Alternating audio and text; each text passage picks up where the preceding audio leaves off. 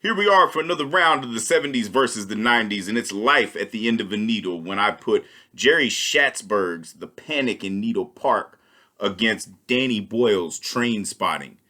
And man, this one was a wild one to get through. A very hard decision, actually. So let's just dive right on in it. First up, we have Jerry Schatzberg's The Panic in Needle Park, which is the first film that Al Pacino was in as a serious actor and stuff. And, honestly, he really had it early on. Immediately, we kind of see him in that same persona that we would see him, very vibrant and loud and all over the fucking place.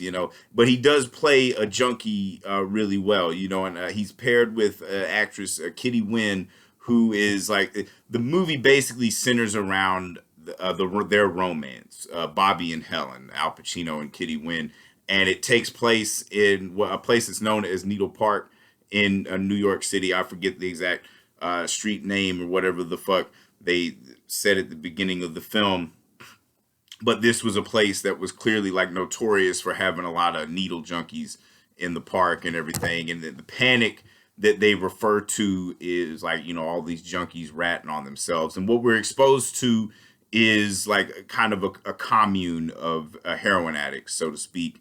And it's the film is very gritty, very like neo-realistic type thing where it feels like a documentary. Like if it wasn't actors that we know that are established like Al Pacino, we would think somebody just filmed a bunch of needle junkies doing their thing in the early 70s. And there's some side stuff with the cops. They'll like, honestly, the worst thing that happens to any of these junkies in the film is that they get busted. And like, I mean, Al Pacino ODs in the film, but he doesn't die.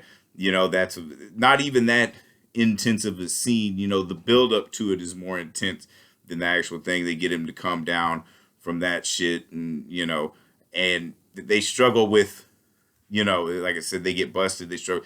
And then, of course, once the character of Helen starts using heroin, then it really spirals out of control because then, Bobby gets sent up for a little while. And then she starts, whoring herself out to pay for smack habit and stuff. And, we basically see this collection of all different types of people surrounded by or grounded by the same addiction, basically. And the stuff that they go to, some will whore themselves out, some will rob and steal or whatever the fuck they have to do to get that next fix. Even Bobby's brother in the film is like a professional thief too, and he starts out just chipping and then he ends up really using the shit. And I guess that's how it goes. I wouldn't know from personal experience. There's no need to touch that shit.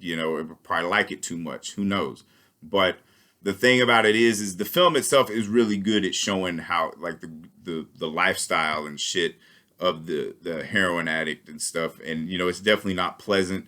The biggest thing though is that romance in the center of it kind of kills it because she sells him out in the end, and then he goes up again, and then when he comes out of jail, then she's there waiting for him. That's so unbelievable. Like, you sold the dude out. And the fact that she would be that well put together in the time that he went to prison for the shit that he did, I don't think that would have happened. I don't think she'd been sitting there the whole time, just waiting for a fix or some shit, and it just kind of ends with like, oh, what, and then that's a kind of a trope of the 70s that would get used as a cop out a lot of times. There are a select few films that can get away with that kind of open-ended, just sudden ending, and it's usually those that are fun all the way through. This one isn't necessarily fun all the way through, and I'm not saying a film about heroin addicts should be fun, but it still should be a real ass movie. And it's still not believe, even the shit with the cops, like even that pretty boy cop that's got all cunt struck on Helen's the character of Helen. And it's like, why would this dude be so hung up on this junkie broad? Even if he is trying to take down her dude, he still wouldn't be like, there's not like, these cops are very nice compared to most of the cops that you saw in 70s cinema. And so it's like, it kind of just is more of a soft serve, like PSA documentary. And then we move forward to Danny Boyle's Trainspotting, based off of the novel by Irvine Welsh. And honestly, for as much fucked up shit as you see in the movie Trainspotting, they merely scratch the surface on the shit that they cover in the book. Irvine Welsh he puts you in this world of these heroin addicts and burnouts and all kinds of manner of other junkies, whether for violence or whatever the fuck. And Ewan McGregor leads the cast. You know, it's basically an ensemble, but he's the narrator of the film. Mark Renton, the Rent Boy, and you know, it's one of his best performances. You know, Ewan McGregor, one of the greatest actors of all time, and of course, when he works with Danny Boyle, it's like, you know, that's on. Ewan McGregor is kind of like Danny Boyle's or Robert De Niro, you know, and of course, like Danny Boyle is essentially the Martin Scorsese of the UK. Like this movie just immediately just jumps, you know, with that fucking Lust for Life by Iggy Pop blaring, and you see in his Renton's voiceover is like choose life, choose a career, choose a family, all that shit, dude. What an opening! It introduces everything, and his use of music it might even surpass that of Scorsese's use of music in film, you know, because he'll use a whole song to accentuate a mood or like show a fucking montage and stuff, you know, because yet again we get a group of heroin addicts, but instead of New York, we get it in fucking Glasgow, Scotland, and you know, you also get Johnny Lee Miller as Sick Boy, who's incredible in the film. Ewan Brimmer as Spud. Robert Carlyle as Begbie, who's one of the most psychotic motherfuckers in the film, and he's not even a drug addict. He's just a fucking, you know, psycho motherfucker and shit. And Kelly MacDonald in her first film, she's exceptional in it. And even the author of the book, Irvine Welsh, makes an appearance in the film. But, you know, it's just for the first 30 minutes of this film, this is the most fun that you'll have with a movie. You know, it's just, you know, they do a lot of fucked up shit. And that was one thing about the Panic at Needle Park. It's almost like a fucking hippie commune, but with heroin and shit. And so, but with Trainspotting, like these motherfuckers are like true junkies, you know, and honestly, like they're probably better when they're whacked out on smack because they're not doing fucked up shit, you know, like Renton especially, you know, still, you know, the one motherfucker that's not a fuck up, you know, the one nice guy in the fucking film, they end up fucking him up, or really just Renton, you know, because he fucking steals his damn sex tape, and then that fucking gets the rift between the Tommy and his lady, and then he starts turning to heroin, and then fucking ends up with AIDS and gets the toxic phlegmosis and dies. That's fucking, and you know, it's controversial to say, but I'd say that's even more tragic than the baby dying, because it's that 30-minute mark where and right when that baby dies, that's when the film takes a whole other turn. It's still a good film, but like it gets dark real fucking quick, where you've been having fun with these characters the whole time, and then like the fucking reality of this lifestyle sets in. And also another thing too, like nobody died in the Panic at Needle Park, and you don't even see anybody going through withdrawals, especially not in the way, like it may be like briefly touched on, you know, they're desperate, they're looking for a fix and stuff, but then nothing. And I don't really think, you know, not even Requiem for a Dream went as far as that fucking withdrawal scene in Trainspotting. Like that whole, you know, the hallucinations, just the way it's done. Like I said, Danny Boyle, one of the greatest filmmakers of all time. This is another person that understands the cinema, what it can do, and he's not afraid to take chances and go fucking crazy with the material, especially when the material is fucking insane. Also, this film boasts one of the greatest bar fights of all time. That fucking when he tosses the fucking glass back and fucking Begbie's wild ass just to fucking start a fight because you're bored, so to speak. You know, like these motherfuckers are really fucked up, you know, and then Renton, he rips them off at the end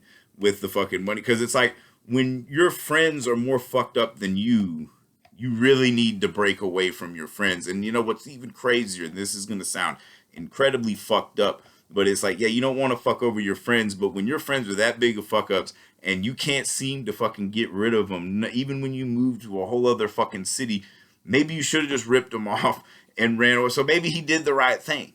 You know, it does get addressed in the sequel. There's a sequel to the book and the movie. You know, of course, the movie based off the fucking book. All that's the way it usually goes. But, you know, this round clearly has to go to Trainspotting because it's just a better movie, you know, and plus that ending is a lot of, you know, you really get the intensity that you don't get from the Panic at Needle Park. The Panic at Needle Park almost gets there, but it's so art house, and at the time, even like some of these like more sensitive New York filmmakers really didn't want to go as far as you could. And then like Danny Boyle has no fucking qualms about going, because like I said, even as far as they go in the movie, they still don't even scratch the surface about how far they went in the fucking book. You know, it's pure insanity, not a lifestyle that you want to lead. Very, very stressful from what I've seen in these fucking movies, and definitely not worth it. But this round goes to Trainspotting. 90s take it this round for anybody keeping score. That's 49-42. 70s are still up by 7, but you know, as we see, man, it's up and down, up and down. So, you know, because the 90s, man, they have shit like Trainspotting, man. This movie, like, to be able to make a movie about heroin addicts as fun as Danny Boyle makes Trainspotting, and in a way, it's kind of a 90s update of A Clockwork Orange, you know, so to speak, where it's like it has that same kind of arc. Instead, you take there is like some bit of violence, but Renton's character specifically, you know, you see him in his young days, you know, getting into drugs, and as he gets older, he matures and he's ready to move on, start a family, be like the normal people. You know, you got to mature out of your drug behavior and shit, so to speak. Everybody goes through a phase and all that shit. And the movie itself, like, honestly, I would fucking say Trainspotting would work better than any fucking Dare program. Show that movie to kids in schools.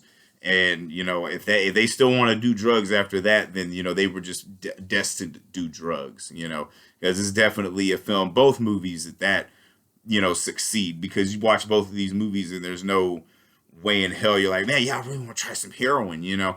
You're granted, Panic in Needle Park may feel like a sledgehammer to the face, the way they just show everything so stark and depressing, whereas like, even that voiceover that Renton gives in Trainspotting is like, there's a reason why we do it, because it feels fucking good. You know, we're not that fucking stupid, you know. So 90s win this round. 70s are still up by 7. 49-42 is the score. If I said anything wrong, anything you disagree with, please feel free to eviscerate me in the comments. This is all open for debate. At this point, you know, I'm just rolling on a wheel of my own insanity and just enjoying the shit out of it, because then I get to watch movies like Trainspotting again, you know. And granted, that should not be a movie you're excited to watch all the time, but you know, that's the magic of great filmmaking. You can make anything seem fun, you know, or you can make anything not seem fun but watchable, entertaining. Moving pictures, that's what they're fucking called. Let's make them move. You know, you want to feel bad, you can just look out the window and see reality and shit. So 49-42. 70s up by 7 still, but them 90s, man, they keep coming with the hitters. So who knows? I'm just excited to see what happens next.